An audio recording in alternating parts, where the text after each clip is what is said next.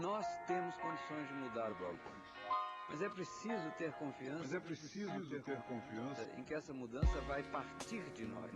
Não existe autoridade acima da soberania da ciência. Não existe autoridade.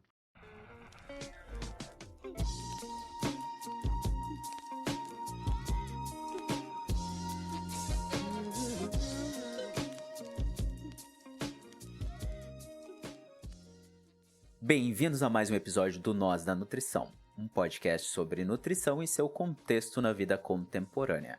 Aqui quem fala é Pablo Couto. E eu sou a Tayana Lindemann, e esse é o nosso quadro de notícias para manter vocês informados sobre as novidades do mundo, da alimentação e da nutrição. A gente reúne muitas reportagens ao longo de julho, agosto, um pouquinho de setembro. Então, se tu sentiu falta de alguma notícia importante que não apareceu por aqui, manda pra gente nas redes sociais, a gente coloca no próximo episódio do Quebra-Nozes. E são umas 11 notícias, então vamos pra elas, não é mesmo, Pablo? Vamos para estas notícias desse nosso interstício do episódio de notícias. Lindo, vamos lá. Primeira notícia é do site Ecodebate de julho, que fala sobre a Agenda 2030 e como que o Brasil está em retrocesso. Então, o que aconteceu?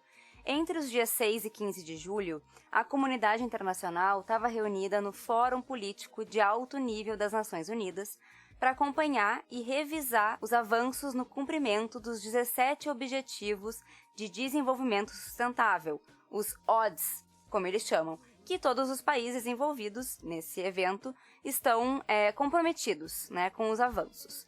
Enquanto isso, um estudo realizado por organizações não governamentais, entidades e fóruns da sociedade civil brasileira, apontou que o Brasil vem regredindo nas mais diversas áreas como pobreza, segurança alimentar, saúde, educação, gênero, economia e meio ambiente. E a gente trouxe então um resuminho dessa 5ª edição do relatório Luz da Sociedade Civil sobre a Agenda 2030. Nessa agenda são definidas 169 metas. E dessas metas, 92 no Brasil estão em retrocesso, 27 estão estagnadas, 21 estão ameaçadas e 13 têm progresso insuficiente e 15 que não foram ranqueadas por falta de dados. Os indicadores mostram, por exemplo, que mesmo num contexto tão grave de pandemia, áreas como saúde apresentaram retrocesso. Não é novidade, né? Mas enfim, o dado aí é que 22,8 bilhões de reais da dotação orçamentária autorizada em 2020 para o SUS ficaram sem uso, que são recursos que poderiam ter sido usados na compra de vacinas, de kit de intubação, de máscaras PFF2, de leitos e outros insumos. Então vamos para um resuminho de todos os exemplos de retrocessos que esse relatório levantou. O Brasil retornou ao mapa da fome e o crescimento da pobreza, o que vai contra aos Objetivos de Desenvolvimento Sustentável 1 e 2, combinados pelas Nações Unidas. A política ambiental do país desregulamentada para promover interesses contrários ao desenvolvimento sustentável. As políticas promotoras de igualdade e de gênero estão regredindo gravemente. Política cultural duramente atacada e evidente desmonte institucional e do Estado Democrático de Direito, que vai contra o Objetivo 16. Ataques direto à participação social e desalinhamento do Brasil em relação à comunidade internacional promotora de desenvolvimento sustentável, um enorme declínio no total de famílias assentadas no Programa Nacional de Reforma Agrária, os números de insegurança alimentar piores que em 2004, a insegurança hoje alimentar atinge mais da metade da população brasileira, o número de crianças com altura muito baixa para a idade voltou a subir, e os investimentos para a agricultura orgânica desabaram. Em 2020, eles foram equivalentes a somente 30% do ano de 2015. Ou seja, a gente regrediu em um ano, muitos anos, em todas as áreas praticamente, desses objetivos de desenvolvimento. Eu acho que isso daí é um grande resumão do complexo mar de cocô e xixi que a gente tá, né? Porque... E é um grande resumão do documento, inclusive. O documento ele é muito completo, traz mais informações, né? Então, se isso é o resumo, imagina o que mais tem, né, por trás de tudo isso. Sim, com certeza. Dados mais específicos, detalhados. Exato. E a gente, há um tempo atrás, já havia trazido uma notícia sobre como o contexto da desigualdade social, da desestabilidade socioeconômica, financeira no Brasil, somado à pandemia e ao pandemônio do governo, ele fez com que a gente regredisse na expectativa de vida. Então, é diametralmente proporcional todas essas questões com a qualidade de vida e a sobrevida do ser humano em uma sociedade minimamente saudável, que não é o nosso caso, né? Exatamente. Então, tá aí, tá posto o negócio. E para vocês que esperam um episódio alegre e com notícias muito boas, sinto muito informar, pois talvez este não seja o momento. A gente gostaria?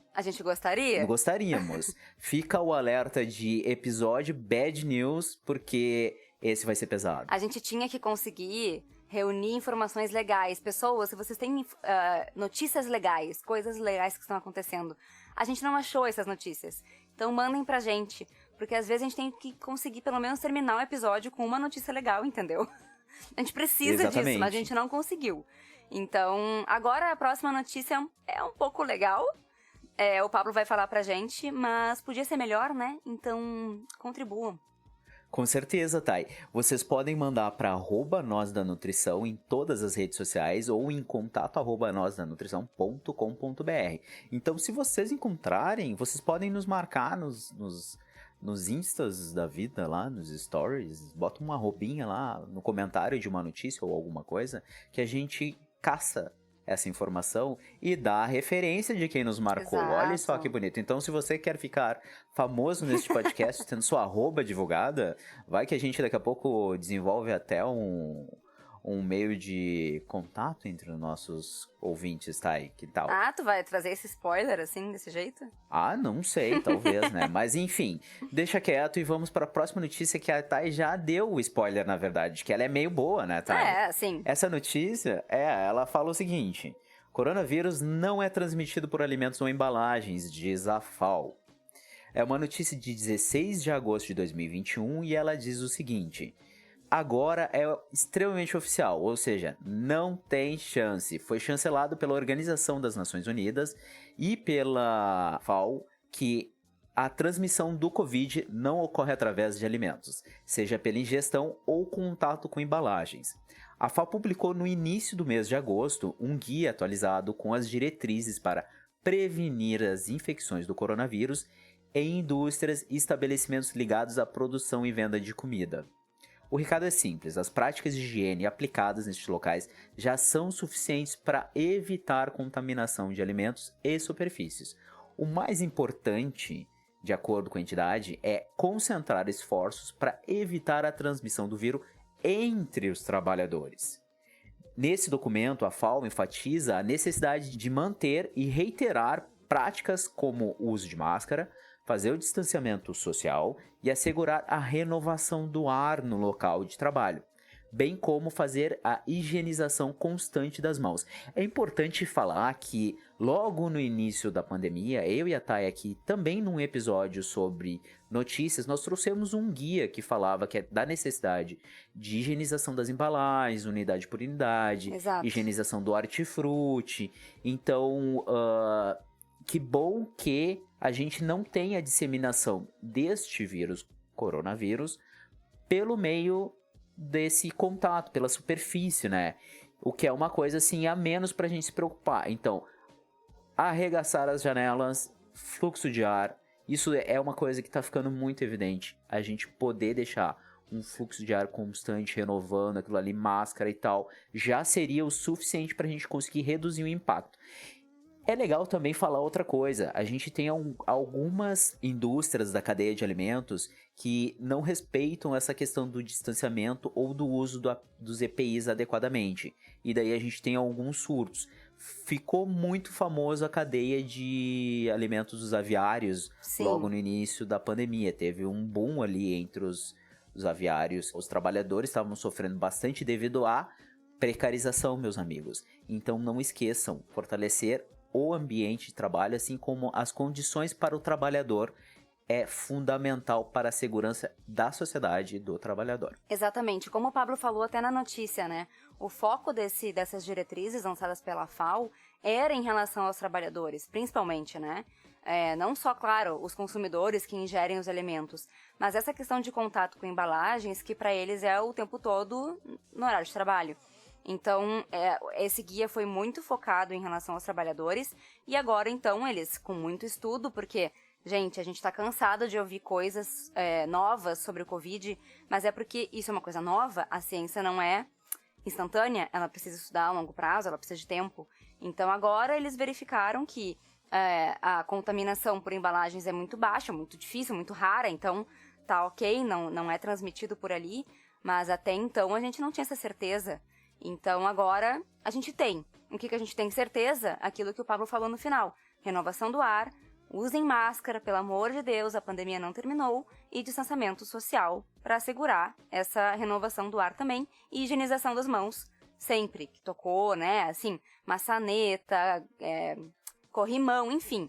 Mas um pouco mais tranquilos estamos por questão dos alimentos, né, de não ter que precisar, necessariamente por causa do Covid, fazer todo aquele processo de limpeza dos alimentos em casa, o que dificulta, gasta muito álcool, enfim, né? É um processo aí que a gente não aguenta mais fazer, porque já faz quase 2 anos que a gente tá fazendo.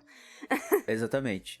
E dentro do contexto de alimentação e nutrição, a gente tem a RDC 216, que ela já estabelece vários critérios higiênicos sanitários para preservar a produção de alimentos super adequadamente, para coibir outras doenças transmitidas por alimentos que, teoricamente, estão dentro desse parecer aí, que foi elencado pelas agências e pela FAO.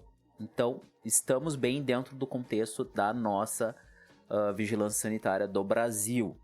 Exatamente. Próxima notícia, então, a comissão aprova projeto que prevê política nacional de qualidade do ar. Então, essa seria uma notícia boa também, Pablo. Ela não está concluída, mas ela está primeiramente aprovada, em vias de ser aprovada. Então, assim, a Comissão de Desenvolvimento Urbano da Câmara dos Deputados aprovou o projeto de lei 10521 de 2018, que institui a Política Nacional de Qualidade do Ar e cria o Sistema Nacional de Informações de Qualidade do Ar. O texto original é do deputado Paulo Teixeira, do PT, e o relator é o deputado José Ricardo, do PT. O projeto, então, define princípios, objetivos, instrumentos e diretrizes para a gestão da qualidade do ar. A União deverá elaborar um Plano Nacional de Qualidade do Ar, com vigência, importante essa parte, por prazo indeterminado, tendo como base um período básico de 20 anos à frente, com atualização a cada 4 anos. Entre os objetivos propostos estão o adequado monitoramento da qualidade do ar e a redução progressiva de emissões e de concentrações de poluentes atmosféricos, e para isso haverá incentivos para pesquisa, tecnologia e qualificação. O poder público, então, deverá instituir medidas e linhas de financiamento a fim de incentivar a prevenção, a redução e a gestão dessas emissões de poluentes atmosféricos. Esse projeto ainda vai tramitar em caráter conclusivo e ainda será analisado pelas comissões de Seguridade Social e Família, de Finanças e Tributação, e de Constituição e Justiça e de Cidadania. Então tem caminho ainda, mas é um bom sinal de que a gente está tentando fazer alguma coisa em relação ao meio ambiente, porque as outras áreas não tanto, mas pelo menos a qualidade do ar, que influencia em tudo, né? Em toda a saúde pública e meio ambiente, isso vai ser importante. Então é aquela coisa de a gente acompanhar esses projetos de lei para ver se eles realmente vão sair do papel e ir para a prática. Isso mesmo. E uma coisa que também vai para a prática é o aumento do preço dos alimentos, Thay. O tempo todo, né? A cada dia a gente percebe que tá cada vez mais difícil, né? Pagar ali o arroz com feijão. Porém, não é só o arroz com feijão que está subindo. Agora, também existe uma tendência do aumento do preço do café com leite. Assim, a questão é a seguinte, depois do feijão com arroz, é uma das preparações culinárias mais utilizadas no nosso Brasilzão. Alguns outros alimentos, devido às condições climáticas, vão ter um aumento do seu preço. Por exemplo, a gente tem a questão da seca e da geada que atingiram o país e afetaram a produção no campo, o que possivelmente vai ocasionar a inflação desses alimentos. Alguns especialistas, eles não sabem direito quando que vai ser o reajuste e nem se vai ser rápido ou muito lento. Mas a gente teve um frio muito intenso que diminuiu expressivamente a produção de café para 2022, o que com certeza vai aumentar o preço do grão. No caso do leite, não deu tempo de recuperar as pastagens por conta do frio dentro desses 6 meses, né? A gente teve aí uma onda de frio, principalmente aqui no sul. Os estados mais do sudeste também enfrentaram um friozinho, mas comparado à geada e neve que a gente enfrentou aqui, que realmente impactaram bastante na produção de hortifruti e, consequentemente, das pastagens e outras cultivares. A gente tem, por exemplo, a questão da escassez também aqui no sul, escassez de chuva, e no Brasil inteiro. A gente está num período de estiagem, que diminui toda a questão relacionada ao plantio e, consequentemente, aumento do preço, né? E um dado interessante é que, possivelmente, a gente vai ter de novo, no ano que vem, o efeito de seca por conta da Laninha. Ele estará, possivelmente, com grande certeza, presente nos eventos meteorológicos do ano seguinte. E tudo que tá aí vai piorar por conta disso. Parece que a coisa não vai ser tão boa. Próxima notícia, Thay. Próxima notícia, então. Uma reportagem britânica mostra estratégias da indústria para produzir ultraprocessados. Não necessariamente são coisas novas de se ouvir, mas foi um levantamento feito lá no Reino Unido, então a gente trouxe para cá para a gente ver também o que eles usam aqui no Brasil, né? É uma reportagem, então, de agosto, e fala que 25% da população adulta do Reino Unido está em situação de obesidade e mais de 30% das crianças com sobrepeso. Esse local é um dos maiores consumidores de alimentos ultraprocessados no mundo e apenas entre as crianças, 60% das calorias ingeridas diariamente vêm desses produtos. É muita coisa, gente, para alimento ultraprocessado. Exatamente. Esse contexto, então, de saúde pública tem feito com que o governo e algumas organizações britânicas olhem cada vez mais para a produção e o consumo de ultraprocessados. O assunto foi tema de uma reportagem recente do jornal The Telegraph, intitulada Os truques que as empresas usam para nos viciar em comida não saudável. Então tem uma série de táticas da indústria para maximizar os lucros, porque esse é o principal objetivo desses corporações, truques. Né? Desses truques que as empresas fazem, né? Para maximizar lucro. A matéria cita, por exemplo, o aditivo PUPS, que entra na lista de ingredientes como amido modificado. É assim que ele é colocado lá. Ele é feito à base de carboidrato refinado e água, e ele é usado para substituir pelo menos 25% dos teores de pasta de tomate, sem comprometer o sabor e a textura. É uma forma de enganar o consumidor, fazendo com que ele pense que no produto tem mais tomate do que realmente é utilizado. É para encher a embalagem sem ter que colocar tanto tomate assim e garantir ali um lucro melhor para eles, né, para a indústria. Outra estratégia é o uso de corantes e flavorizantes, que, como os nomes sugerem, eles são formas de dar cor e sabor aos alimentos, para fazer com que o consumidor pense, por exemplo, que em uma garrafa de água com açúcar tenha suco, só que na verdade é cor e sabor de fruta, não é fruta de verdade. A gente vai colocar o link para o texto original no nosso site, para quem quiser dar uma olhadinha em tudo que eles levantaram lá. E é muito interessante como é que esse texto começa, porque ele começa com uma frase marcante da Estratégia Nacional de Alimentação do Reino Unido, que é, abre aspas, os sistemas alimentares que temos hoje são, ao mesmo tempo, um milagre e um desastre. Fecha aspas. Isso porque aumenta as opções de alimentos nas prateleiras dos supermercados, mas também aumenta o risco para a saúde. Então, né, milagre e desastre ao mesmo tempo. E é interessante, muito reflexiva essa frase, porque mostra o quanto que coloca em risco a soberania alimentar de vários sistemas, né? Exatamente. Afinal de contas, o intuito não é preservar a qualidade e nem aquele alimento original. Muito pelo contrário. É te dizer que tu tá comendo e comprando algo que é tomate, mas nem tomate é, na verdade. Então, tá, e tem outras coisas que são marcantes dentro do contexto de megacorporações. Vamos falar de uma empresa muito grande de ultraprocessados? a gente vai falar dessa empresa. É uma empresa com coisas vermelhas que fica muito feliz no Natal, porque, enfim, vocês sabem quem a gente está falando, talvez, se não sabem, tem uma leve ideia de que é Coca-Cola. A Coca-Cola, ela não dá um dia de descanso para o nosso guia alimentar. Se fizesse este título da notícia, já serviria para todas as outras notícias do ano que a gente falou sobre o guia alimentar ou da Coca-Cola. Porque é impressionante. É uma notícia do João Pérez e do Marco Emerson Pomar, do dia 1 de setembro de 2021. Num documento produzido pela Coca-Cola, eles colocaram um guia alimentar para a população brasileira, nosso amadíssimo guia que valoriza, além da nossa soberania alimentar, valoriza alimentos in natura e estimula o consumo com a família. Só coisa boa, gente. Não tem por que não gostar desse documento. Eles colocaram o guia alimentar para a população brasileira na lista de problemas para a corporação. Olha que coisa, né? Ai, que pena. Pois é. De fato, o guia alimentar para a população brasileira, ele diz que a gente deve evitar alimentos industrializados. Ok, tudo bem até aí. Só que eles colocaram na análise de risco descrever como punitiva o açúcar e para as nossas bebidas, classificando-as como alimentos ultraprocessados. Meu amigo, a produção de um refrigerante, qualquer... tem um nome específico para isso, né, Thay? Te lembra? Um refrigerante, ele tem um termo que não é refrigerante. A gente fala refrigerante, mas tudo bem. É bebidas gaseificadas. Bebidas gaseificadas, muito obrigado. Bebidas gaseificadas. Ele é um ultraprocessado, então é quase semântica essa discussão.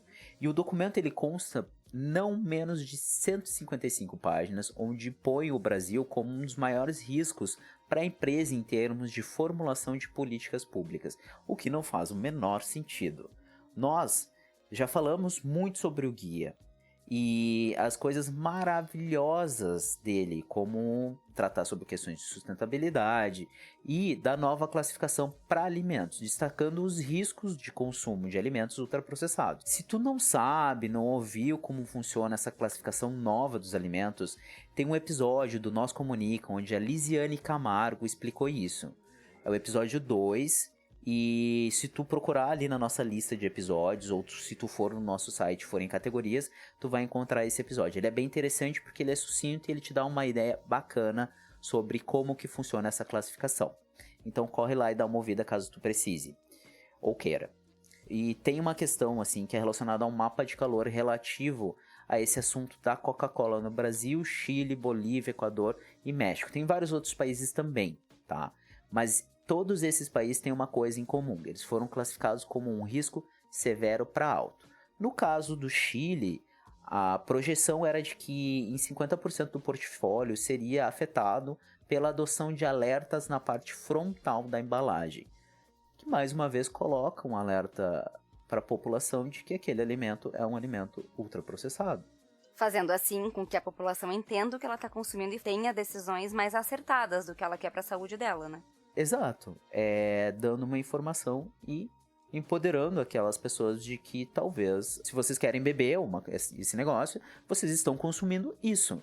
Nada mais do que justo. E ainda existem diversas discussões importantes sobre esse relatório que envolve a Coca-Cola.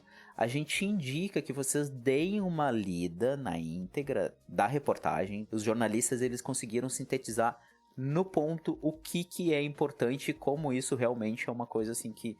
Gente, vocês já ganham um monte de isenção para a produção dos refrigerantes e vocês ainda estão reclamando de uma classificação de um produto que é ultraprocessado. Então, por favor, gente, vamos lá, né? E essa frase que eles usaram, né? Que eles mesmos colocaram, então, nesse documento que o Pablo falou antes, que é... o guia traz uma forma punitiva para o açúcar e para as nossas bebidas, classificando-os como alimentos ultraprocessados. Eles já são, eles só precisavam botar um nome. Eles continuam sendo alimentos ultraprocessados com um alto teor de açúcar que faz mal para a saúde. Então eles só usaram o guia como tipo, olha só que horrível o que o guia está falando dos nossos produtos. Mas isso não é novidade para ninguém, né? E inclusive queria trazer O meu pai mora no Uruguai, ele me mandou uns produtos de lá recentemente. Produtos uruguai, o que eles são é óbvio que são doce de leite e alfajor maravilhosos, enfim. Que é uma delícia. Delícia, incrível. E, gente, a gente não tá aqui crucificando açúcar como delícias como doce de leite e alfajor. Mas é muito legal porque como vem de lá, já vem com essa novidade, né, no rótulo de colocar esses avisos, que a gente já falou sobre isso aqui, esses avisos frontais, sobre excesso de açúcares, excesso de ácidos graxos, de gordura saturada, enfim. O alfajor, por exemplo, tem 3 avisos na frente, sabe? Isso não é para fazer com que as pessoas não comprem o produto. Isso é para que as pessoas tenham mais conhecimento do que elas estão consumindo. Para que elas não sejam enganadas por aqueles truques que a gente comentou agora há pouco que a indústria faz. Com isso, a população em geral tem mais informação sobre o que elas estão consumindo. E não só quem estuda nutrição e alimentação que já está sabendo desses truques. Porque é realmente muito bem feito. As empresas fazem truques muito bem feitos. Então, é só uma forma da população entender o que ela está consumindo. E aí ela vai decidir, quero consumir uma coisa com muito açúcar hoje. E tá tudo bem. Mas ela sabe que tem muito açúcar. Ela não é enganada dizendo que não tem, mas na verdade tem. Isso aí. Próxima notícia, Thay. E aí, seguindo com coisas que não fazem tão bem à saúde, que a gente deveria saber por que não faz tão bem à saúde, vamos falar de miojo. Nunca imaginei que a gente ia trazer uma notícia específica de miojo. Pois é. Mas, pois é, um levantamento da Associação Mundial de Macarrão Instantâneo, que eu também não sabia que existia essa associação. Meu Deus, isso é uma associação? É uma associação. Diz a notícia da Folha do UOL, então, né, é uma associação. Esse levantamento mostrou que o Brasil consumiu cerca de 2,7 bilhões de porções de miojo em 2020, uma alta de 11% em relação ao ano anterior, né, 2019, e acima da média global de 9,6%. Então estamos batendo recorde de consumo de miojo. O Brasil ocupa a 10ª posição no ranking mundial de consumo do alimento e é líder na América Latina pelo 5º ano consecutivo. E pelas previsões, as vendas no segmento devem crescer.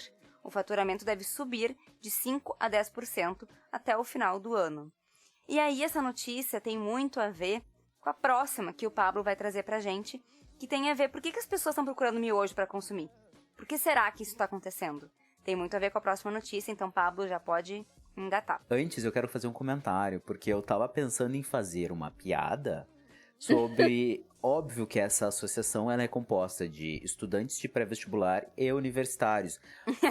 Porém, olhando o contexto da nossa população, Exato. Provavelmente as pessoas já não têm muitas escolhas onde o dinheiro delas consegue comprar coisas com qualidade ou opção e elas tenham que consumir este maldito alimento ultraprocessado e não possam consumir uma massa normal, por exemplo, porque tá tudo muito caro. E é aí que entra a notícia que a Thay mencionou. O preço da cesta básica sobe 22% e encosta o salário mínimo. É uma notícia do dia 14 de agosto. Em julho, o valor da cesta básica na capital paulista, óbvio, por ser uma notícia um pouquinho mais... uma notícia de um tempo um pouco mais atrás... Agora já deve estar muito maior, porque os preços eles não pararam de subir.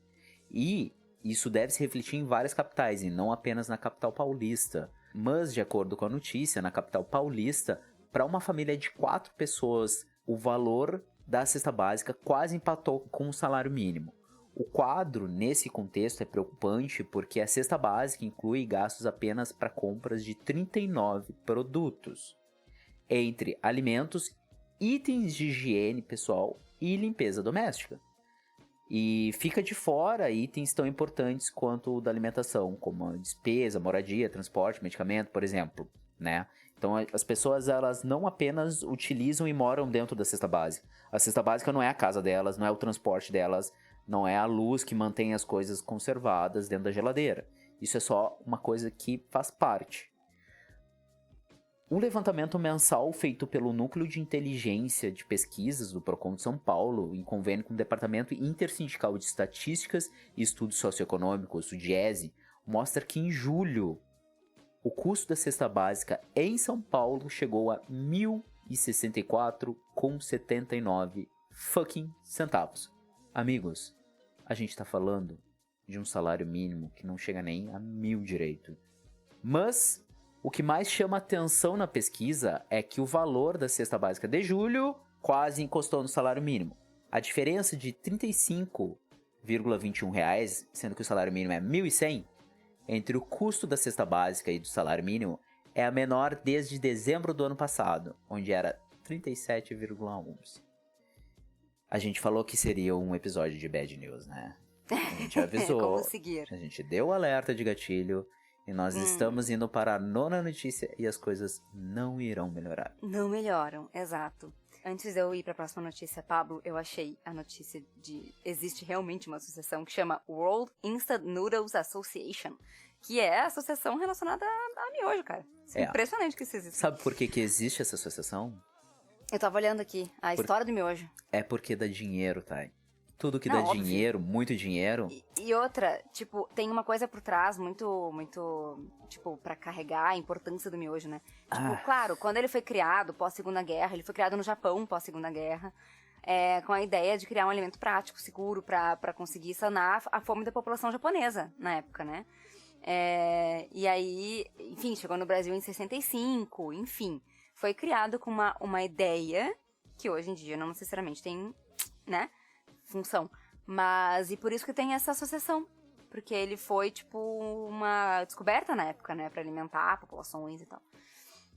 Enfim.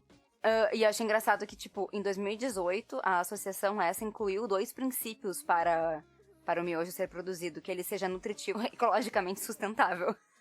Adorei. Meu Deus. Eles estão tentando. Bom, seguindo com as notícias ruins, então, a próxima notícia é do Joio e do Trigo, do Fábio Zucker e da Tatiana Merlino, que é sobre uma iniciativa do Sindicato Rural de Primavera do Leste, da FUNAI, e do governo do estado do Mato Grosso, que pode estar alterando os territórios do povo indígena Chavante, que fica na transição entre a Amazônia e o Cerrado do Mato Grosso, que são paisagens, até então verdes, rodeadas de plantação de soja. Esse projeto, que chama Agro Chavante, criou uma cooperativa agrícola dentro da terra indígena, Sangradouro Volta Grande, para o monocultivo de arroz no território do Chavante. A iniciativa, chamada de Independência Indígena, prevê que 80% da produção agrícola fique com os fazendeiros e apenas 20% com os indígenas. Explicou Iparide Top Tiro, não sei se é essa a pronúncia correta, peço desculpas se não for, que é o líder da aldeia Abelhinha, uma das 57 aldeias desse local e um dos críticos ao projeto. A Associação Chavante Warã, organização que atua na defesa dos direitos e territórios do povo Chavante, publicou uma nota de repúdio contra a implantação da cooperativa. Abre aspas. O governo federal está se aproveitando dos indígenas como laboratório para a implementação de uma política anti-indígena incentivada pela atual gestão da FUNAI. Fecha aspas. Uma das críticas feitas ao projeto Agro Chavante pelos indígenas contrários é em relação ao fato de não ter havido uma consulta livre e informada aos moradores das terras indígenas sobre a implementação da iniciativa, e isso é previsto na Convenção 169 da Organização Internacional do Trabalho, OIT. O governo Bolsonaro tem ameaçado retirar o Brasil da Convenção 169 da OIT, o que especialistas consideram como uma condenação dos indígenas ao extermínio. Só notícia boa, assim, só coisa tranquila, eu tô achando pra esse mês, assim. Eu acho. Interessante que é um projeto chamado Independência Indígena e só 20% dos territórios de monocultivo de arroz fica com os indígenas. Tipo, tá tudo errado nesse projeto, basicamente. Olha, é bem condizente com o atual governo, né? Enfim. Não é nenhuma surpresa, né? Não. E o que não é nenhuma surpresa é a indústria tentando vender alimento ultraprocessado para criança. Voltamos com os ultraprocessados. É porque eles não param, gente. O que a gente pode fazer? Eles não param, eles estão nos rodeando e nos cobrindo. E vocês que estão ouvindo também, aposto que não estão surpresos, assim. No caso, a nossa última notícia drástica e pesarosa é de que o Mucilon da Nestlé lançou uma linha especial pro bebê, que se chama Mucilon, meu primeiro lanchinho. Risco para alimentação adequada e saudável de bebês e crianças. Notícia da nossa querida Aliança pela Alimentação Adequada e Saudável. No caso, a Nestlé, ela introduziu no mercado brasileiro um produto chamado Mucilon, meu primeiro lanchinho.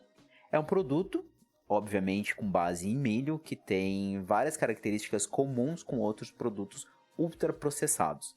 Ele é um produto que integra a linha de Mucilon, ou seja, é um dos Mucilons, que até então o Mucilon já é um alimento ultraprocessado, que tem vários cereais dentro das suas preparações e é base de mingais ou outras papas. Ele tem 3 sabores, esse Mucilon aí que foi lançado, e é indicado, de acordo com a Nestlé, ele é indicado para bebês a partir dos 8 meses de idade. Meu Deus do céu. Então assim, para vocês entenderem, isso tá bem errado. O lançamento contraria as diretrizes preconizadas pelo nosso Guia Alimentar para Crianças Brasileiras Menores de 2 anos. Mas a gente já percebeu que as empresas, os conglomerados, eles não gostam dos guias alimentares. Especialmente os brasileiros que desestimulam o consumo de alimentos ultraprocessados.